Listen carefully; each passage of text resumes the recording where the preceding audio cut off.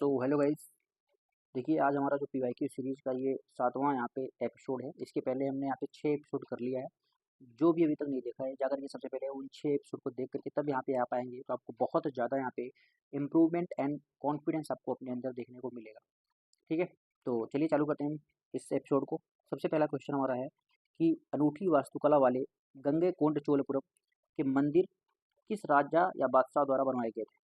तो जैसे गंगैकोंड चोलपुरम का जो मंदिर था, इसको यहाँ पे राजेंद्र फर्स्ट के द्वारा बनवाया गया था। राजेंद्र फर्स्ट के द्वारा बनवाया गया था। मैंने आपको कल यहाँ पे एक मंदिर के बारे में और बताया था जिसका नाम था बृहदेश्वर मंदिर। आपको याद होगा अगर आप रेगुलर देख रहे होंगे तो। बृहदेश्वर मंदिर का निर्माण भी यहाँ पे राजेंद्र फर्स्ट ने करवाया था। और राजेंद्र फर्स्ट जो है किस वंश से संबंधित है, तो ये चोल वंश से संबंधित है। ठीक है, चोल डायनेस्टी से संबंधित है। चोल डायनेस्टी के यहाँ पे स्थापना कौन किया था, तो वो थे विजयालय। विजयालय ने चोल वंश की स्थापना की थी। ठीक है, बात करते हैं यहाँ पे राजा महेंद्र वर्मन की। राजा महेंद्र वर्मन जो है ये पल्लव डायनेस्टी से संबंधित थे। जो पल्लव वंश था उससे संबंधित थे। ठीक है, राजा विजयालय मैंने आपको बता दिया कि चोल वंश की स्थापना कौन किया था, तो राजा विजयालय ने किया था। और बादशाह अकबर जो थे, इनका जो मकबरा है ये बहुत पूछा जाता है। इनका मकबरा फतेहपुर सीकरी में बनाया गया है। ठीक है, फतेहपुर सीकरी में इनका मकबरा बनाया गया है। तो ये इनके बारे में इंपॉर्टेंट बात है। नेक्स्ट क्वेश्चन लेते हैं यहाँ पे। खेलों के संदर्भ में WFI का पूर्ण रूप क्या होता है, तो WFI का पूर्ण रूप होता है रेसलिंग फेडरेशन ऑफ इंडिया। और इसका मुख्यालय कहाँ पे है, इसका मुख्यालय है न्यू दिल्ली में। ठीक है, नेक्स्ट क्वेश्चन लेते हैं यहाँ पे। कह रहा है कि साइना नेहवाल की जो आत्मकथा है, आत्मकथा मतलब इंग्लिश वाले बच्चे समझेंगे ऑटोबायोग्राफी। ऑटोबायोग्राफी जो है वो यहाँ पे साइना नेहवाल की कौन सी ऑटोबायोग्राफी है, तो इनका आंसर है यहाँ पे fourth, playing to win my life and my life on and off cold. ठीक है, तो ये इनका यहाँ पे सही आंसर है। Straight from the alt halt, ये किसकी ऑटोबायोग्राफी है, तो ये कपिल देव जी की ऑटोबायोग्राफी है। Kapil Dev. Playing it my वे, ये किससे संबंधित ऑटोबायोग्राफी है, तो ये है सचिन तेंदुलकर। ठीक है, सचिन तेंदुलकर से संबंधित बायोग्राफी। जो अनब्रेकेबल है ये मैरी कॉम से संबंधित है। Unbreakable Mary Kom. Okay, next question चलते हैं यहाँ पे। कह रहा है निम्नलिखित में से कौन सा लैगून झील का उदाहरण नहीं है या लैगून का उदाहरण नहीं है। तो आप देखेंगे लैगून झील का मतलब है जैसे मान लीजिए अगर एक महासागर है, तो इस महासागर के बीच में कोई मैंग्रोव वगैरह आ गया। ठीक है, इससे यहाँ पे ये चीज़ अलग हो गई है, तो इसको हम बोलते हैं लैगून झील। लैगून झील। ठीक है, लैगून झील का उदाहरण यहाँ पे नैनीताल नहीं है। नैनीताल कहाँ पे है, नैनीताल आपका देखेंगे तो ये उत्तराखंड में। नैनीताल कहाँ पे है, उत्तराखंड में आपको देखने को मिलेगा। पुलिकट झील जो है ये आंध्र प्रदेश में। आंध्र प्रदेश में पुलिकट झील है। मैंने आपको आंध्र प्रदेश के बारे में कल एक बात और बताई थी कि यहाँ के गवर्नर कौन है इस समय, तो एस अब्दुल नज़ीर। एस अब्दुल नज़ीर जो है यहाँ के राज्यपाल है। ठीक है, और यहाँ के मुख्यमंत्री कौन है, तो यहाँ के मुख्यमंत्री थे एन चंद्रबाबू नायडू। एन चंद्रबाबू नायडू जो थे वो आंध्र प्रदेश के मुख्यमंत्री हैं। ये कल हमने बात किया। ठीक है, पुलिकट झील यहाँ पे आंध्र प्रदेश हो गया। चिल्का झील कहाँ की है, चिल्का झील जो है वो उड़ीसा की, उड़ीसा की झील है। आपसे पूछा जाए कि लेटेस्ट जो नेशनल पार्क वो कौन सा है पूरे इंडिया में, लेटेस्ट नेशनल पार्क वो है Similipal. Similipal national park latest है। और ये कहाँ से संबंधित है, तो ये जो है उड़ीसा से संबंधित है। कोलेरू झील कहाँ गया है, कोलेरू झील भी यहाँ पे आंध्र प्रदेश की ही है। आंध्र प्रदेश की झील क्या जो है वो कोलेरू झील है।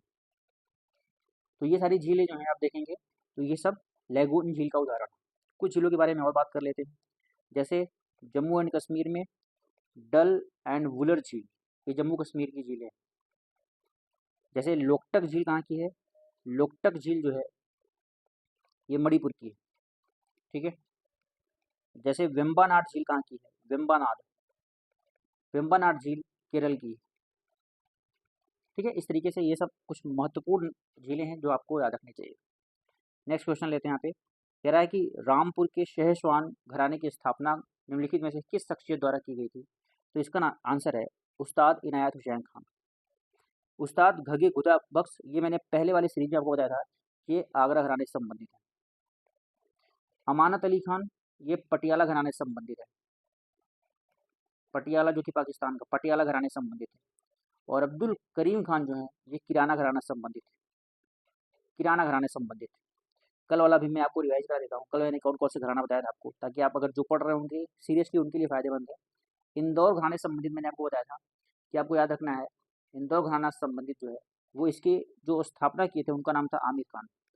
आमिर खान ने इंदौर घराना का स्थापना किया था। और इसमें दो नाम मैंने और बताया था आपको, एक बताया था अमरनाथ, अमरनाथ, और एक बताया था आपको शंकर लाल। जो पढ़ा होगा उसको पता होगा, शंकर लाल और अमरनाथ, ये दो नाम मैंने आपको इंदौर घराने से संबंधित बताया था। मैंने आपको एक बताया था मेवाती घराना, जो कि राजस्थान का था। और इससे मैंने बताया था आपको कि पंडित जसराज, आपको याद रखना है, पंडित जसराज किससे संबंधित है, तो मेवाती घराने से संबंधित है। ऐसे ही मैंने आपको आगरा घराना से संबंधित और भी बताया था। जैसे यार आपने उस्ताद घगे खुदाबख्श को देखा, ऐसे ही यहाँ पे आपने विलायत खान आगरा घराने से संबंधित है। ऐसे ही लटाफत खान, लटाफट खान भी यहाँ पे आगरा घराने से संबंधित है। और एक है फैयाज खान, फैयाज खान भी आगरा घराने से संबंधित है। ठीक है। और मैंने आपको एक बताया था बनारस घराना से संबंधित एक आदमी का नाम याद रखना है आपको, और उनका नाम था जानकी प्रसाद, जानकी प्रसाद। नेक्स्ट क्वेश्चन लेते हैं। फरवरी 2024 तक तथ्यानुसार यान थुंगो पैटर्न निम्नलिखित में से किस राज्य के उप मुख्यमंत्री हैं। तो यहाँ पे देखो उप मुख्यमंत्री पूछ लिया, थोड़ा सा यहाँ पे डिफिकल्ट हो गया है। तो ये चीज़ें क्योंकि सब लोग याद नहीं करते, मुख्यमंत्री और गवर्नर याद करके चले जाते हैं। तो ये कहाँ के थे, ये नागालैंड के थे। ठीक है। मेघालय की बात करते हैं। मेघालय में इसमें मुख्यमंत्री कौन है, मेघालय में मुख्यमंत्री हैं कोनरैड संगमा, कोनरैड कोनरैड संगमा यहाँ के मुख्यमंत्री हैं इसमें। सिक्किम में कौन है, प्रेम सिंह तमंग, प्रेम सिंह तमंग यहाँ के मुख्यमंत्री। असम में कौन है, हेमंत सिंह बिश्व शर्मा, हेमंत सिंह बिश्व शर्मा यहाँ के मुख्यमंत्री हैं। और नागालैंड में जो है वो नेफ्यू रियो है, नेफ्यू रियो यहाँ के अभी मुख्यमंत्री। ठीक है, लेटेस्ट आपको याद रखना है। नेक्स्ट क्वेश्चन है कि सकल घरेलू उत्पाद मतलब ग्रॉस डोमेस्टिक प्रोडक्ट का प्राकलन करते समय, मतलब असेसमेंट करते समय केवल अंतिम वस्तुओं के मौद्रिक मूल्य पर विचार किया जाता है, क्योंकि क्या क्या कारण है इसके।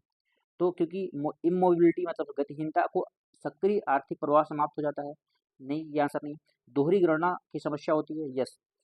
देखिए पहली बात है जीडीपी होता क्या है, जीडीपी मतलब है कि किसी भी देश के अंदर, किसी भी देश के अंदर सभी वस्तुओं और सेवाओं का जो उत्पादन होता है, सभी वस्तुओं और सेवाओं का उत्पादन जो होता है उसको हम जीडीपी बोलते हैं, ग्रॉस डोमेस्टिक प्रोडक्ट बोलते हैं। ठीक है।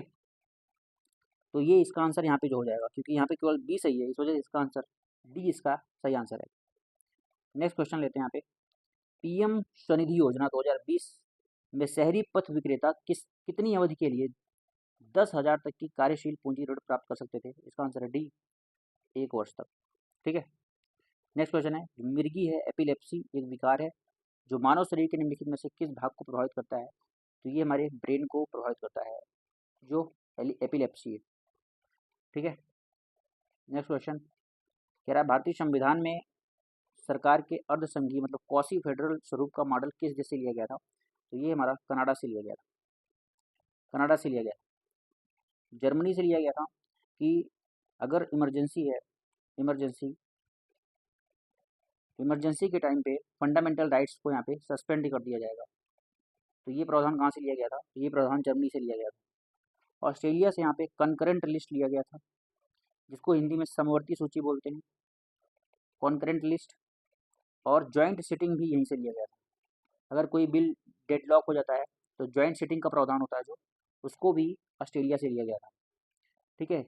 यूके से क्या क्या चीज़ें ली गई थी, यूके से अगर आप देखेंगे तो सिंगल सिटीजनशिप यहाँ पे लिया गया था। Rule of law, rule of law भी यहाँ पे यूके से लिया गया था।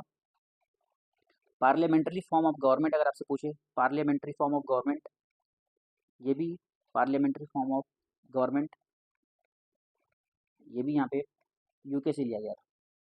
ठीक है। तो ये जर्मनी की राजधानी बर्लिन होती है। ठीक है। कनाडा की राजधानी ओटावा होती है।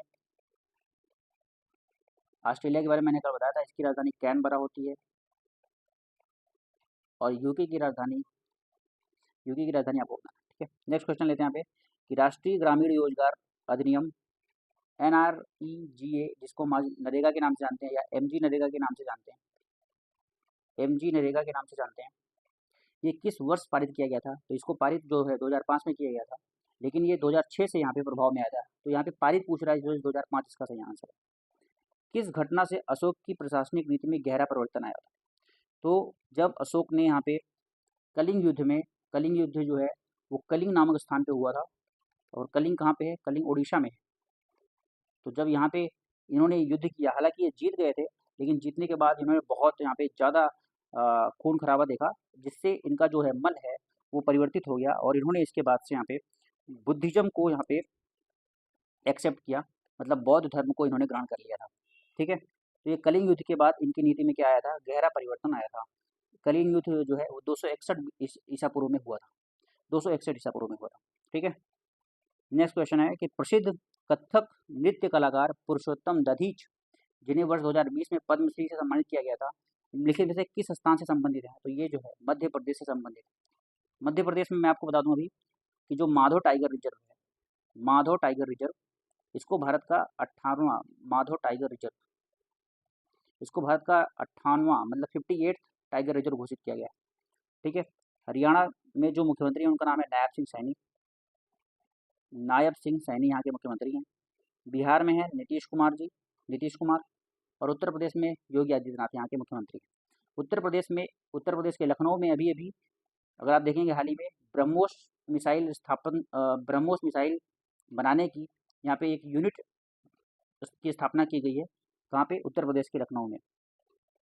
नेक्स्ट है, निम्नलिखित में से कौन सा खनिज की कमी से होने वाला रोग है? तो खनिज की कमी से यहाँ पे घेंगा रोग होता है। मरासमस जो है ये प्रोटीन और विटामिन की कमी से होने वाला रोग है, प्रोटीन एंड विटामिन की कमी से मरासमस रोग होता है। स्कर्वी जो है ये विटामिन सी की कमी से होता है, और रिकेट्स जो है ये विटामिन डी की कमी से होता है। कमेंट में सबके साइंटिफिक नेम आपको बताने हैं। नेक्स्ट क्वेश्चन है कि नागालैंड का जो सिकरेनी महोत्सव है ये प्रतिवर्ष किस महीने में मिनी हॉर्नबिल ट्राइबल के फेस्टिवल के रूप के एक हिस्से के रूप में मनाया जाता है, जो दावत और गायन के साथ शुद्धिकरण का महत्व है? तो कुल मिला के सिकरेनी महोत्सव जो है ये फरवरी महीने में मनाया जाता है, नागालैंड में इसको मनाते हैं, ठीक है। ये मिनी हॉर्नबिल फेस्टिवल है, हॉर्नबिल भी हालांकि नागालैंड में ही मनाया जाता है, ठीक है। नेक्स्ट क्वेश्चन लेते हैं, कह रहा है डप्पू नृत्य, डप्पू निम्नलिखित में से किस राज्य की प्रसिद्ध नृत्य शैली है? तो डप्पू जो है वो आंध्र प्रदेश की है। डप्पू कहाँ की है? आंध्र प्रदेश की। आंध्र प्रदेश की आपको एक नृत्य है कुचिपुड़ी, कुचिपुड़ी मैंने कई बार बताया ये क्लासिकल डांस है जो कि आंध्र प्रदेश से संबंधित है। पंजाब में आप देखेंगे गिद्दा, गिद्दा यहाँ पे एक मेन डांस है पंजाब में। केरल में अगर आप बात करेंगे तो केरल में कथकली, कथकली, कथकली, थेय्यम आपको याद रखना है, थेय्यम, थेय्यम डांस, और यहाँ पे मोहिनी अट्टम, मोहिनी अट्टम आपको याद रखना है, मोहिनी अट्टम भी केरल से संबंधित है। तो ये तीनों आपको केरल से संबंधित है। उसके बाद बात करें अगर हम, तो बिहार में आपको कौन कौन से नृत्य हैं? तो जट जतिन, जट जतिन, विदेशिया, विदेशिया भी बिहार से संबंधित है, विदेशिया, झूमर और पाइका, ये सारे नृत्य बिहार से संबंधित है, ठीक है। नेक्स्ट क्वेश्चन लेते हैं यहाँ पे, कह रहा है कि जनवरी 2023 में जो महिला इंडियन प्रीमियर लीग मतलब WPL की शुरुआत हुई थी, उसमें 5 टीमों की बिक्री के जरिए BCCI ने कितनी धनराशि यहाँ पे प्राप्त की थी? तो इसका आंसर है 4,669.99 करोड़ रुपए यहाँ पे BCCI को मिला था। देखिए WPL 2025 की बात कर लेते हैं थोड़ा सा, WPL 2025, ठीक है। WPL 2025 में यहाँ पे कुल मिलाकर 5 टीमों ने भाग लिया था, ठीक है। और इसका फाइनल यहाँ पे कहाँ पे हुआ था? इसका फाइनल जो है वो ब्रेबॉर्न स्टेडियम में हुआ था, मुंबई में, ब्रेबॉर्न स्टेडियम मुंबई में हुआ था। किसके किसके बीच में हुआ था? तो Mumbai Indians versus Delhi capital के बीच में हुआ था, जिसमें मुंबई इंडियंस को जीत मिली थी और दिल्ली कैपिटल को यहाँ पे हार मिली थी। मैं आपको बता दूं कि WPL का ये 3rd सीजन था, और तीनों सीजन में जो दिल्ली कैपिटल है उसको हार मिली है फाइनल में, ठीक है। और मुंबई का यहाँ पे दूसरा टाइटल था, मुंबई ने ये दूसरी बार ये टाइटल जीता। उसके बाद अगर आपसे पूछा जाए इमर्जिंग प्लेयर यहाँ पे कौन था, इमर्जिंग प्लेयर, तो वो थे अमनजीत कौर, अमनजीत कौर थी यहाँ पे इमर्जिंग प्लेयर। उसके बाद अगर आपसे पूछा जाए, उसके बाद WPL के बारे में अगर पूछा जाए, WPL 2025 के बारे में, तो यहाँ पे आपसे पूछा जाए कि ऑरेंज कैप किसको मिला था। ऑरेंज कैप जो है वो नटाली सिल्वर ब्लंट को मिला था, नटाली सिल्वर ब्लंट को मिला था। वैसे तो ये ऑस्ट्रेलिया से हैं, लेकिन ये WPL में मुंबई इंडियंस की तरफ से खेल रही थी। तो ये सारे पॉइंट्स इंपॉर्टेंट हैं 2025 में। नेक्स्ट है कर्तन दहन प्रणाली मतलब स्लैश एंड बर्न एग्रीकल्चर निम्नलिखित में से कौन से नाम से उड़ीसा में जाना जाता है, या उड़ीसा में संबंधित नहीं है कौन सा। तो उड़ीसा में यहाँ पे आप देखेंगे कोमान नाम से भी जाना जाता है, पामाडाबी के नाम से भी जाना जाता है, और बेंगा नाम से भी जाना जाता है। रोका नाम से यहाँ पे उड़ीसा में कर्तन दहन प्रणाली या स्लैश एंड बर्न एग्रीकल्चर को नहीं जाना जाता है। तो रोका कहाँ से जाना, रोका को यहाँ पे, रोका जो है वो ब्राज़ील में जाना जाता है। ब्राज़ील में जो स्लैश एंड बर्न एग्रीकल्चर होता है इसको हम रोका के नाम से जानते हैं। स्लैश एंड बर्न एग्रीकल्चर का मतलब है कि कोई भी अगर भूमि है उसको पहले तो वहाँ से सारे पेड़ पौधे हटा करके उसको साफ करके हम पहले खेती करते हैं। खेती करने के बाद जब वहाँ की फर्टिलिटी कम हो जाती है तो बहुत सारे लोग वहाँ से माइग्रेट होकर के दूसरी जगह जाते हैं और वही प्रक्रिया फिर से अपनाते हैं। इसी को बोलते हैं स्लैश एंड बर्न एग्रीकल्चर, और इसी को अलग अलग जगह पे अलग अलग नाम से जानते हैं। तो ये एग्जाम में कई बार पूछा जाता है, तो इसके बारे में हम समझ लेते हैं। इंडिया में इसको अलग अलग जगह पे कहाँ पे किस नाम से जानते हैं, पहले इसको बता देता हूँ मैं आपको। तो मणिपुर में किस नाम से जानते हैं, मणिपुर में इसको पमलोऊ नाम से जानते हैं, पमलोऊ। ठीक है, अंडमान निकोबार और छत्तीसगढ़ में इसको किस नाम से जानते हैं, दीपा नाम से जानते हैं स्लैश एंड बर्न एग्रीकल्चर को। ऐसे हिमालयन क्षेत्र में इसको किस नाम से जानते हैं, हिमालयन क्षेत्र में इसको खील नाम से जानते हैं, खील। ठीक है, झारखंड में किस नाम से जानते हैं, झारखंड में इसको कुरुआ नाम से जानते हैं, कुरुआ। ठीक है, झारखंड में इसको कुरुआ नाम से जानते हैं। और मध्य प्रदेश में इसको किस नाम से जानते हैं, तो मध्य प्रदेश में इसको बेवार या दहिया के नाम से जानते हैं, बेवार या इसी को दहिया के नाम से भी जानते हैं मध्य प्रदेश में। ऐसे ही अगर आपसे पूछा जाए कि वेस्टर्न घाट में किस नाम से जानते हैं, वेस्टर्न घाट में तो इसको कुमारी नाम से जानते हैं, कुमारी। ऐसे ही आंध्र प्रदेश में किस नाम से जानते हैं, तो आंध्र प्रदेश में इसको पोडू या पेंडा के नाम से जानते हैं, पोडू या पेंडा के नाम से स्लैश एंड बर्न एग्रीकल्चर को यहाँ पे जानते हैं। ठीक है, अब हम कुछ वर्ल्ड के बारे में समझ लेते हैं। वर्ल्ड मतलब विश्व में इसको किस नाम से जाना जाता है, क्योंकि कई बार पेपर में पूछा जाता है, इस वजह से वर्ल्ड में यहाँ पे किस नाम से कहाँ पे जाना जाता है। तो मेक्सिको में इसको मिल्पा नाम से जाना जाता है, मेक्सिको में इसको मिल्पा के नाम से जाना जाता है। वेनेजुएला में इसको किस नाम से जाना जाता है, कानुको नाम से इसको वेनेजुएला में जाना जाता है, वेनेजुएला में जाना जाता है। इंडोनेशिया में लडांग नाम से जाना जाता है इसको। ये सारे नाम बहुत इंपॉर्टेंट है। इंडोनेशिया में इसको लडांग नाम से जानते हैं, लडांग। ठीक है, ब्राज़ील में इसको रोका नाम से जानते हैं, ब्राज़ील में इसको रोका के नाम से जानते हैं। सेंट्रल अफ्रीका में इसको हम मोसाले के नाम से जानते हैं, मोसाले के नाम से। और वियतनाम में इसको रे के नाम से जानते हैं, वियतनाम में इसको हम रे के नाम से जानते हैं। तो ये सारे नाम से ज़्यादा इंपॉर्टेंट है। अगर आप एक बार पढ़ लेंगे तो ऑप्शन में हम एलिमिनेट करके भी यहाँ पे सही आंसर तक पहुँच सकते हैं। तो इसी वजह से एक बार यहाँ पे हमको पढ़ना जरूरी होता है। नेक्स्ट क्वेश्चन लेते हैं। यहाँ पे नेक्स्ट क्वेश्चन है कि किस अनुच्छेद के अनुसार स्टेट के अधीन किसी भी ऑफिस पर रोजगार या नियुक्ति से संबंधित मामलों में सभी नागरिकों के लिए अवसर की समानता होगी। तो राइट टू अपॉर्चुनिटी जो है, अवसर की समानता, वो आर्टिकल 16 में यहाँ पे दिया गया है। आर्टिकल 17 में क्या है, आर्टिकल 17 में यहाँ पे अस्पृश्यता का अंत दिया गया है, अस्पृश्यता का अंत। ठीक है, मतलब abolition of untouchability, abolition of untouchability जो है आर्टिकल 17 में दिया गया है। आर्टिकल 18 में क्या है, उपाधियों का अंत, उपाधियों का अंत। ठीक है, मतलब एबोलिशन ऑफ टाइटल्स। ठीक है, freedom of speech and aggression, freedom of speech and expression जो है वो 19 में दिया गया है। Freedom of speech and expression मतलब बोलने की स्वतंत्रता जो दी गई है, फ्रीडम ऑफ स्पीच, अभिव्यक्ति की स्वतंत्रता, स्पीच एंड एक्सप्रेशन, ये यहाँ पे कहाँ पे है, तो ये अनुच्छेद 19 में दिया गया है। देखिए ये सारे अनुच्छेद जो हैं वो फंडामेंटल राइट से संबंधित है। मैं आपको बता देता हूँ थोड़ा सा, फंडामेंटल राइट से संबंधित है ये सारे अनुच्छेद। और फंडामेंटल राइट के बारे में कुछ महत्वपूर्ण बातें आपको पता होनी चाहिए। फंडामेंटल राइट्स मतलब मूल इसको हिंदी में बोलते हैं मूल अधिकार। सबसे पहली बात तो मूल अधिकार जो है वो भारतीय संविधान के पार्ट 3 में है। पार्ट 3 में इसका प्रावधान किया गया है और इसको अनुच्छेद 12 से लेकर के अनुच्छेद 35 तक इसका प्रावधान है। ठीक है। और फंडामेंटल राइट्स जो हैं ये जो है इसको इसको हम सुप्रीम कोर्ट या हाई कोर्ट में इसको चैलेंज भी कर सकते हैं। ठीक है। सुप्रीम कोर्ट या हाई कोर्ट में इसको हम चैलेंज भी कर सकते हैं फंडामेंटल राइट्स को। फंडामेंटल राइट्स को हम मैग्ना कार्टा के नाम से भी जानते हैं, मैग्ना कार्टा के नाम से भी जानते हैं। तो ये सारी बातें फंडामेंटल राइट्स से संबंधित आपको पता होनी चाहिए। नेक्स्ट क्वेश्चन लेते हैं यहाँ पे कि 1875 में स्वामी दयानंद सरस्वती ने निम्नलिखित में से किस सामाजिक संगठन की स्थापना की?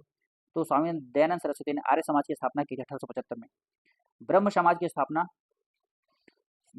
स्थापना कौन किया था? राजा राम मोहन राय ने किया था।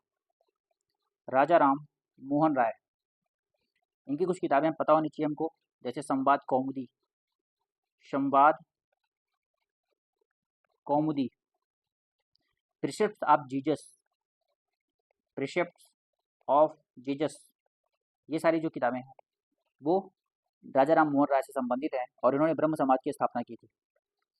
नेक्स्ट, प्रार्थना समाज की स्थापना आत्माराम पांडुरंग ने की थी।